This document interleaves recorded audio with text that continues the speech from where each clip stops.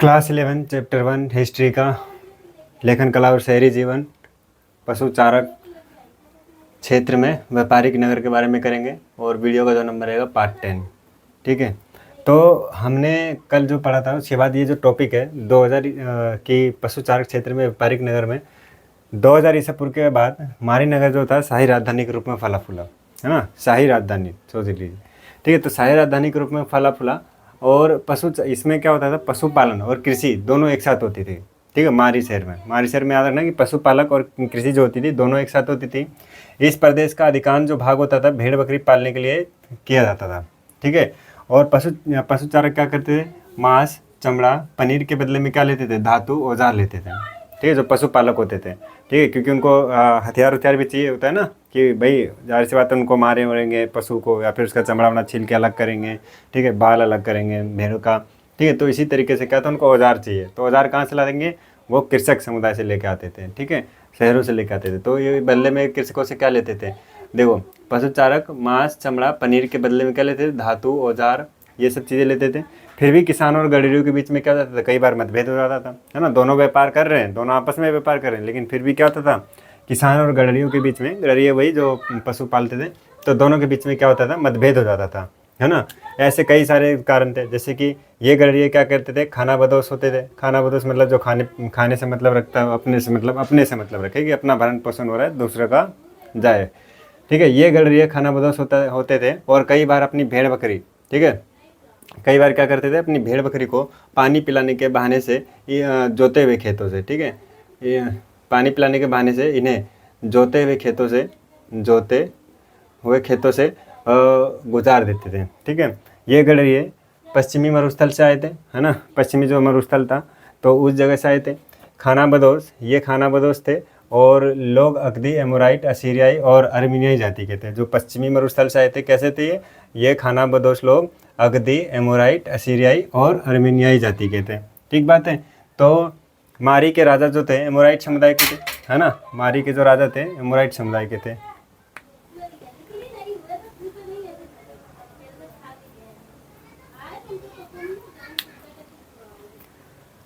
मारी के राजा एमोराइट समुदाय के थे और इन्होंने वहाँ के देवता डेगन के लिए क्या बनवाया था, एक मंदिर बनवाया था मारी नगर में। याद रखना, मारी नगर में देवता डेगन की पूजा होती थी।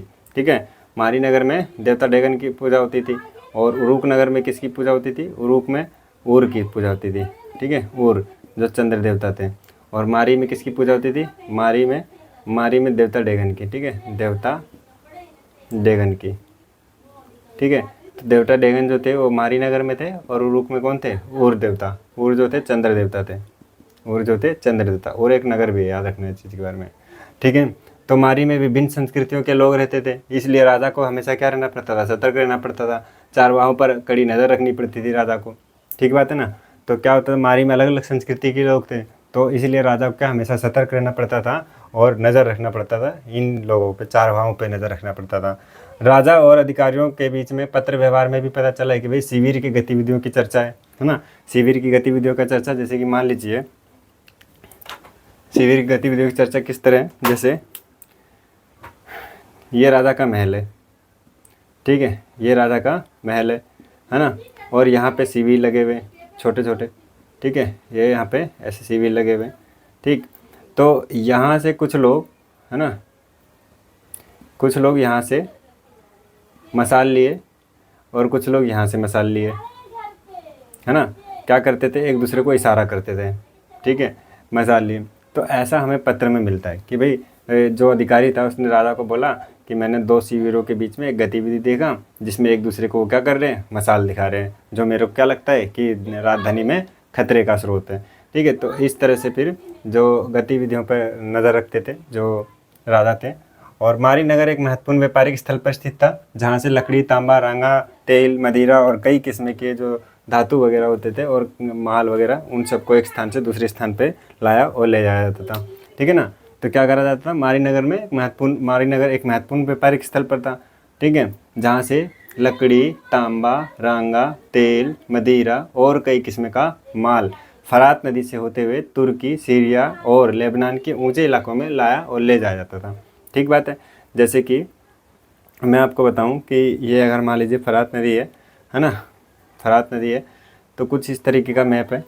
ये फरात नदी इधर से, तो अगर मेसोपोटामिया का देखें तो कुछ इस तरीके का मैप है ना। ये दजला और ये फरात, ठीक है। सीरिया और लेबनान और तुर्की इस तरह का है ना। तो लकड़ी, तांबा, रांगा, तेल, मदिरा और कई किस्म के जो पदार्थ होते थे फरात नदी के माध्यम से ऊंचे इलाकों में लाया और ले जाया जाता था। ठीक बात है। तो और इलाकों में लाया ले जाता था। मारी नगर व्यापार के बल पर समृद्ध था, है ना। मारी नगर किसके बल पर समृद्ध था? वो व्यापार के माध्यम से, ठीक है, व्यापार के माध्यम से वो फला फूला था। और दक्षिणी नगरों को घिसाई पिसाई के पत्थर, चक्कियाँ, लकड़ी और शराब तथा तेल के पीपे ले जाने वाले जलपोतमारी में रुका करते थे। जैसे देखिए कि अगर हम ऐसे बात करें कि मेसोपोटामिया है, दजला नदी है और फरात नदी है, तो अभी हम फरात नदी को ले लेते हैं। ये फरात नदी है जैसे मान लीजिए, और यहाँ पे क्या है, ये मारी नगर है, मारी नगर स्थित है। ठीक बात। तो अब क्या है कि जो जलपोत होते थे ना, जलपोत जो नाव होती थी, वो कहाँ पे रुका करते थे? मारी में रुका करते थे, ठीक है ना। मारी में रुका करते थे। किस लिए रुका करते थे ये? ठीक है। तो जो जलपोत होते थे वो मारी में रुका करते थे, और जो मारी के जो अधिकारी वगैरह होते थे, है ना, मारी के जो अधिकारी होते थे जलपोत पर जाकर सामान की जांच करते थे। अब यहाँ से अधिकारी जाएगा यहाँ पे, है ना, ये क्या करेगा भाई? सामान की जांच करेगा कि सब कुछ ठीक ठाक है कि नहीं है। और एक बार में एक जलपोत पर 300 जो मदिरों का पीपे आते थे, ये आते थे। पीपे एक जार होता है, ठीक है, इस तरीके का कुछ जार होता था वो जो था, ठीक है ना। तो इस तरीके का कुछ जार था, उसी को पीपे कहते हैं। तो 300 मदिरे के पीपे इसमें आते थे एक बार में। और जब अधिकारी चेक करता था, इस पर चेक करने के बाद इसको आगे जाने से पहले, है ना, आगे बढ़ने से पहले क्या करता था? इस पर रखा हुआ जो भी माल रहता था उसका 10% ये प्रभार के रूप में यानी शुल्क के रूप में वसूलता था, ठीक है। तो और जो क्या है, अलग से जलपोत में आता था, है ना, जो अलग से क्या है, जैसे मान लीजिए इस पे 300 पीपे थे, तो 300 पीपे का 10% कितना होगा? 30 होगा। तो यहाँ पे क्या करते थे, अलग से जलपोत में आता था। मान लीजिए कि छोटी सी ये नाव है, तो ये नदी, ये छोटी सी नाव, तो इस नाव पे क्या होता था? अलग से 30 पीपे लेके आते थे। ठीक बात है। तो 300 मदिरों के पीपे जो होते थे, 300 मदिरे के पीपे एक नाव में आता था। और ये जो इसको आगे बढ़ने से पहले जो मारी के अधिकारी होते थे उसका माल का 10% प्रभार के रूप में वसूलते थे, और जो अलग से एक नाव में आता था, ठीक है। एक बार में एक जलपोत पर 300 मदिरे के पीपे रखे जाते थे। इसे आगे भेजने से पहले इसका 10% प्रभार के रूप में वसूल करते थे, जो अलग किस्म की नाव में लाया जाता था। ठीक बात है। तो इसको नोट कर लीजिए, और कोई दिक्कत हो और तो उसके बारे में पूछ